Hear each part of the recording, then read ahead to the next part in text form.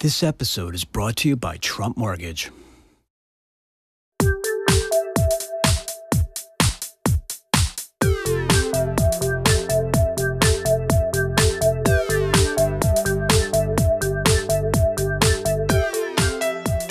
Good day. I'm Abby Overton, and this is The Real Deal. At the top of the news, Manhattan's residential market shows a very strong first quarter.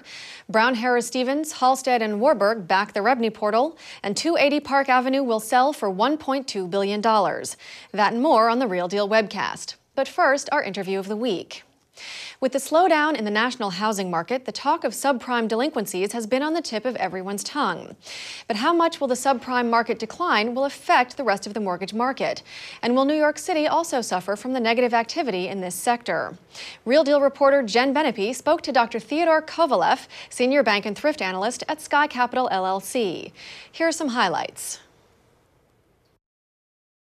I think we've seen the most of the subprime fallout.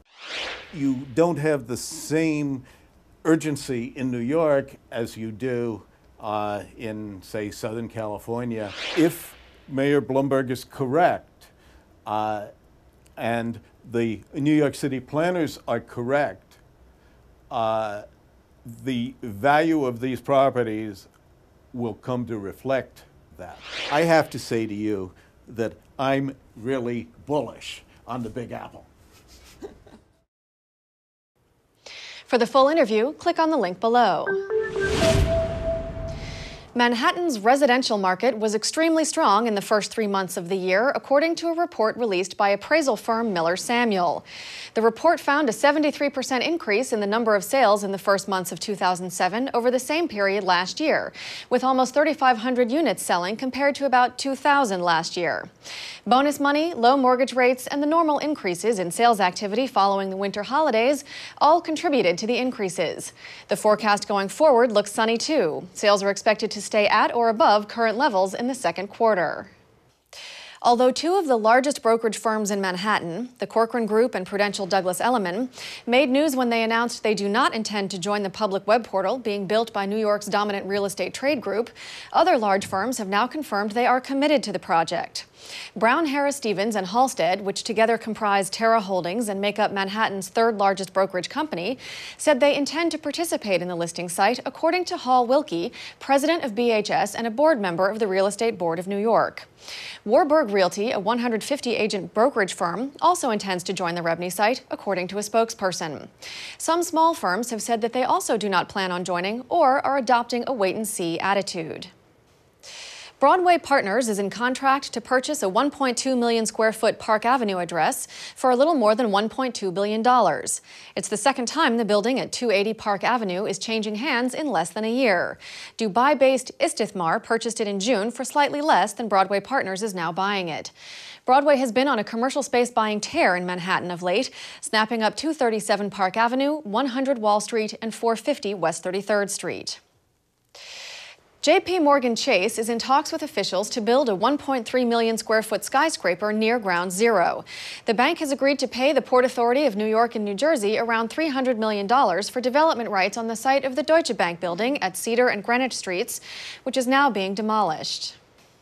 A massive portfolio of 4,000 Upper Manhattan apartments is set to trade hands in a sale that could top $1 billion. Jerome Belson Associates will sell the buildings, most of them in Harlem, which were originally built as part of the Mitchell-Lama program. The buildings have recently been taken out of the affordable housing program, subjecting all units to market value rents and greatly increasing their investment value. The anticipated sale price will make the transaction one of the biggest real estate deals in Manhattan this year. Another lawsuit was filed last week against Forest City Ratner's Atlantic Yards project in Brooklyn. The third lawsuit against the beleaguered development was filed in New York State Supreme Court and claims the project did not undergo an adequate environmental review. The purchaser of Starrett City has modified his plan to buy the Brooklyn complex in an effort to show he will retain its affordability. David Bistreiser's $1.3 billion bid to purchase Starrett City was blocked by Federal Housing Secretary Alphonso Jackson last month because of issues with converting the housing project. Bistreiser's new plan has received support from influential community ministers, and he has hired powerful lobbyists to push his cause. He has also retained architectural firm Beyer Blinder Bell to redesign Starrett City, which includes almost 6,000 units of affordable housing. Federal and state housing officials say they are reviewing Bistreiser's new proposal. A survey of 18 major U.S. metropolitan markets found that the number of homes on the market was up on average 6.5% over last month. The survey, conducted by Zip Realty Inc., also found the biggest rises in inventory were in markets with a perceived condo glut, such as L.A., San Francisco, and Washington, D.C., but did not include the New York metro area. The uptick in inventory is about 4.5 points greater than the average, according to the Credit Suisse Group, who said the number of homes on the nation's market normally increases less than 2% from February to March. Thank you for joining us for this edition of the Real Deals webcast. Please join us next week for the latest real estate news. I'm Abby Overton, and this is The Real Deal.